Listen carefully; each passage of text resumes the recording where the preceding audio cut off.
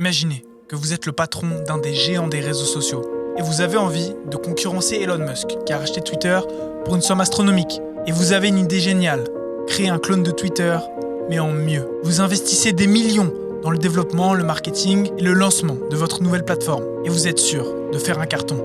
Et voilà, quelques semaines après le lancement, vous vous rendez compte que votre plateforme est un flop.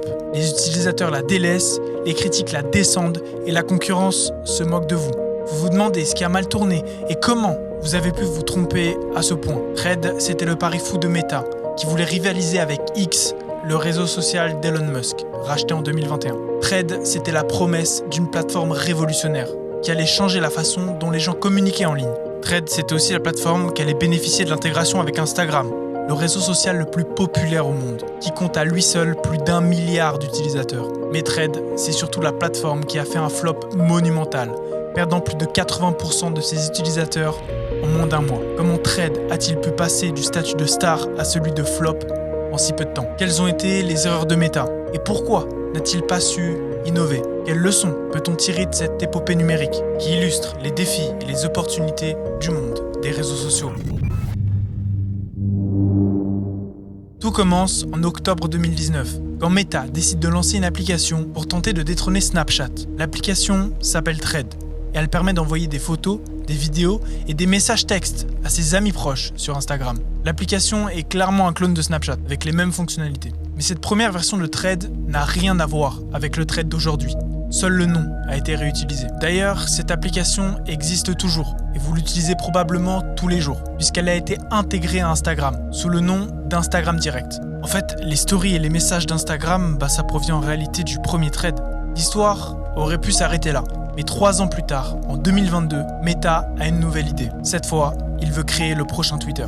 Twitter, ou plutôt X, depuis son fameux rebranding en 2023.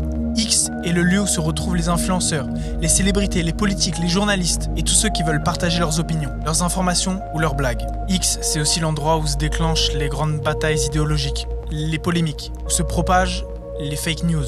X est un réseau social puissant et sans doute le plus controversé. Meta veut sa part du gâteau et il pense avoir trouvé la recette. Il lance donc le développement d'un nouveau projet, baptisé Projet 9.2, qui sera, je cite, sa réponse à X. Le projet est dirigé par Chris Cox, le directeur produit de Meta, qui a pour ambition de créer une plateforme plus sûre, plus facile et plus fiable que X. Il veut offrir aux créateurs un endroit stable pour construire et développer leur audience, sans craindre la censure, le harcèlement ou la manipulation. Il veut aussi profiter de la puissance de Meta, qui possède déjà Facebook, Instagram et WhatsApp, pour attirer leurs utilisateurs. Le projet avance rapidement, et en juin 2023, il est prêt à être dévoilé au monde entier. Mais avant ça, il faut lui trouver un nom. Et c'est là que Meta fait un choix surprenant. Il décide de ressusciter le nom de Threads, qui avait été utilisé, je vous le rappelle, pour son application anti-Snapchat. Pourquoi ce choix? Peut-être parce que Meta aime recycler ses noms, comme il l'a fait avec Horizon, le nom de son monde virtuel. Peut-être aussi que Meta veut créer un lien avec Instagram, qui est l'un de ses produits phares. Peut-être simplement parce que Meta manque d'imagination. Quoi qu'il en soit, le nom est choisi. Et le 4 juillet 2023, Threads est officiellement annoncé. Le buzz est énorme. Et tout le monde attend de voir ce que Threads a dans le ventre. Qu'est-ce qu'il va apporter? Le 6 juillet, Threads est lancé. Et là, c'est le début d'une aventure incroyable. Le monde des réseaux sociaux est en ébullition. Le nouveau bébé de Meta débarque sur les écrans, avec la promesse de révolutionner la communication en ligne.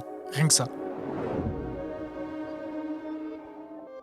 L'inscription à Threads est simple et rapide. Il suffit d'utiliser son identifiant Instagram, d'importer ses contacts et de se lancer dans l'aventure. Les utilisateurs sont d'abord séduits par le design épuré, la facilité d'utilisation et la diversité des fonctionnalités que Threads peut leur proposer. Ils peuvent publier des messages courts, appelés des threads, qui peuvent contenir du texte, des images, des vidéos ou des liens. Ils peuvent aussi réagir aux threads des autres en les aimant, en les commentant ou en les partageant. Bref, rien de surprenant. Et Threads ressemble quand même beaucoup à X, mais avec quelques différences. Par exemple, X, lui, limite le nombre de caractères maximum à 280, alors que Threads, lui, en autorise 500.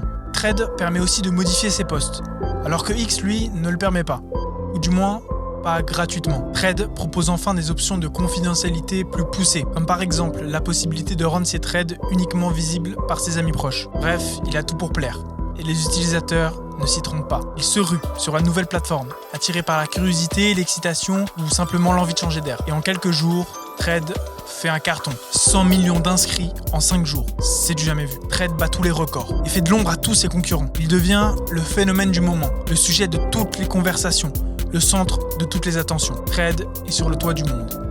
Et rien ne semble pouvoir l'arrêter. Mais comme dans toutes les histoires, le début n'est que le prélude. Et le nouveau réseau de Meta va bientôt découvrir que le succès n'est pas éternel. Et que la chute peut être aussi rapide que l'ascension. Comme une étoile filante dans le ciel nocturne, l'éclat de Trade a commencé à pâlir, presque aussi rapidement qu'il avait brillé. Après un départ en fanfare, la réalité s'impose, révélant les failles de l'application. Un mois après son lancement, les statistiques de rétention racontent une histoire de déclin et de désintérêt. L'utilisation chute de façon spectaculaire. 80% des utilisateurs qui avaient téléchargé Trade ne l'ouvrent plus. Le problème semble être l'absence de fonctionnalités novatrices, et il est perçu comme une quelconque copie de X sans les avantages de celui-ci. L'image de Meta a aussi été écornée par des scandales liés à la protection de la vie privée et à la manipulation d'informations, rendant les utilisateurs méfiants. L'association avec Meta peut être un atout, mais elle devient ici un fardeau. Et Trade n'est même pas conforme aux lois européennes sur la protection de la vie privée, ce qui, comme vous l'avez sûrement vu, a retardé son lancement en Europe. L'engagement des utilisateurs chute également, passant de 21 minutes à son lancement à seulement aujourd'hui 3 minutes par jour, alors que la moyenne mondiale des réseaux sociaux est à 2h28 par jour. Trade est né avec l'avantage et la puissance de Meta, et il semble suivre les traces de ses prédécesseurs. Au lieu de se forger son propre chemin, plutôt qu'une révolution, il ressemble plus à une simple extension d'Instagram. Trade se retrouve face à un double défi, rivaliser avec les géants établis et se distinguer d'eux. Mais dans un monde où l'innovation est cruciale, se démarquer est un défi colossal.